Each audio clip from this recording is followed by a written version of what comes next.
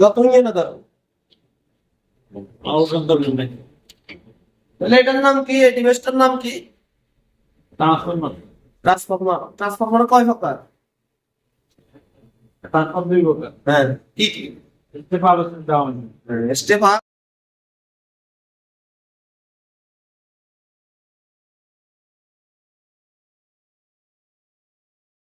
Up, step down, transformer. এখানে দুইটা side আছে, দুইটা সাইড। এখানে এদিক থেকে একটা তার ইন হয়েছে, এদিকে আউট হচ্ছে। তাহলে এখানে দুইটা সাইডের নাম একটা হচ্ছে এসটি, একটা হচ্ছে এলটি।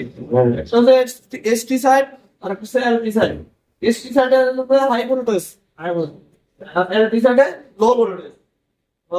এসটি সাইডে তিনটা তার ইন হয়েছে আর এলটি সাইডে সাইডটা হয়েছে। কেন এটা কিভাবে হলো এটা বলতে পারেন? আর এসটি সাইডে তিনটা আসার কারণ হচ্ছে এসটি সাইডের তিনটা ফেজ আসছে।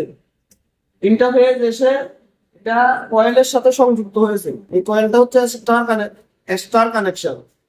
স্টার কানেকশনে তিনটা ফেজ কয়েল ঘুরে একটা প্রান্তে, এটার অপোজিটের যে তিনটা প্রান্ত আছে ওই তিনটা প্রান্ত একসাথে হয়ে যায়, তাকে বলে স্টার কানেকশন। ঠিক আছে, ওই স্টার কানেকশনের যে প্রান্তটা একসাথে হয়ে যায়, কমন হয়ে যায়, ওখান থেকে নিউট্রালটা নেওয়া হয়েছে। বুঝতে পারছেন? এই জন্য এই পাশে তিনটা ফেজ আর অপর পাশে চারটা, একটা নিউট্রাল, তিনটা ফেজ একটা নিউট্রাল পাশে। এসটি এসটি সাইডে কত ভোল্টেজ থাকে জানেন?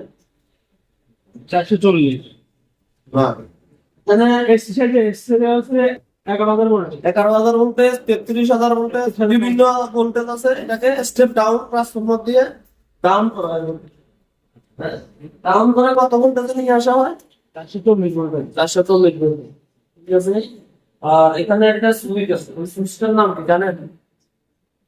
ভোল্টেজটা কমানো বাড়ানোর জন্য একটা সুইচ আছে, এটার নাম হচ্ছে টাচ চেঞ্জার। Touch changer. আর ওই যে ওখানে নাকের মতো একটা ই আছে, ওই যে বুক করতেছে, এটা কি জানেন? এটা হচ্ছে ব্রিদার।